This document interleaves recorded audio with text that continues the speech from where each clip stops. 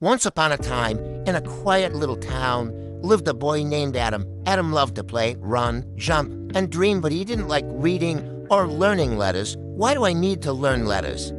He would say, they're just boring lines and shapes. One afternoon, Adam sat at his desk, staring at his book, when suddenly, the book began to glow.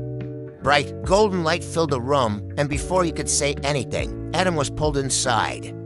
He opened his eyes and found himself in a strange land. The sky was blue and purple, the trees had letters instead of leaves, and the roads were made of books. "Where am I?" he whispered.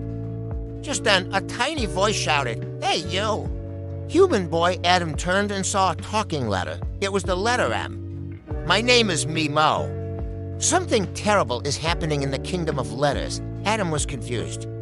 A kingdom of letters? Mimo nodded a double quotes yes. And someone is stealing the letters.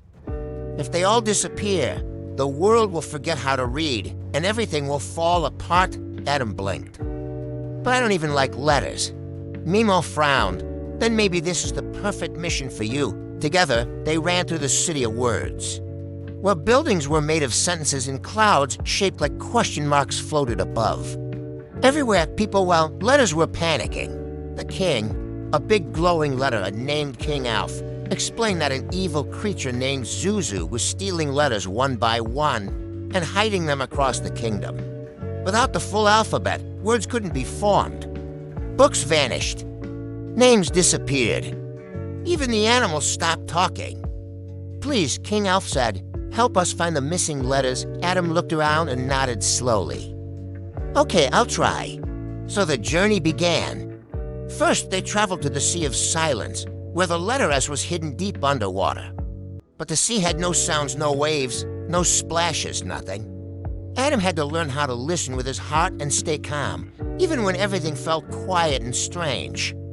When he found the shining letter S inside a seashell, the sea came back to life with music and waves. "One down," said Mimo. 25 to go. Next, they climbed the cave of confused words to find the letter K inside. Shadows whispered fake words and confusing sounds. Adam got lost. But then he remembered a trick his teacher once told him. When you don't understand a word, break it down. He followed the echoes, sounded out a strange word, and found K glowing behind a rock. He smiled. I guess letters can be helpful. In the Valley of Echoes, they met the letter E who was scared to speak. "What if no one listens to me?" said E. Adam sat beside him and said, "Your voice matters, even if it's small." E smiled and agreed to come back to the kingdom. With each letter they found, Adam changed. He wasn't just helping the kingdom he was learning. He started to like letters. He even asked Mimo how to spell things. "Hey, Mimo," he laughed.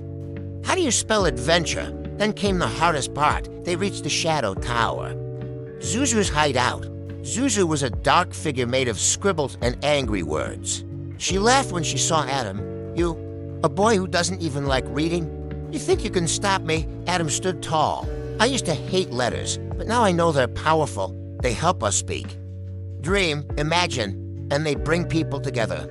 Zuzu hissed, "Without me, no one would forget. Fear is my power." But Adam wasn't afraid. He opened his notebook, wrote the word hope with all the letters he had found, and the light from the page exploded in golden sparks. Zuzu screamed and vanished into dust. The tower faded. The last letters returned to the sky like fireflies, back in the city of words. King Alf thanked Adam with a golden bookmark. "You reminded us why letters matter," the king said. "Not just to read, but to connect." Adam smiled. "Maybe I'll do more reading when I get home."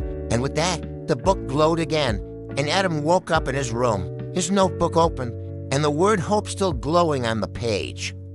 From that day on, Adam never saw letters the same again. He saw magic in every word.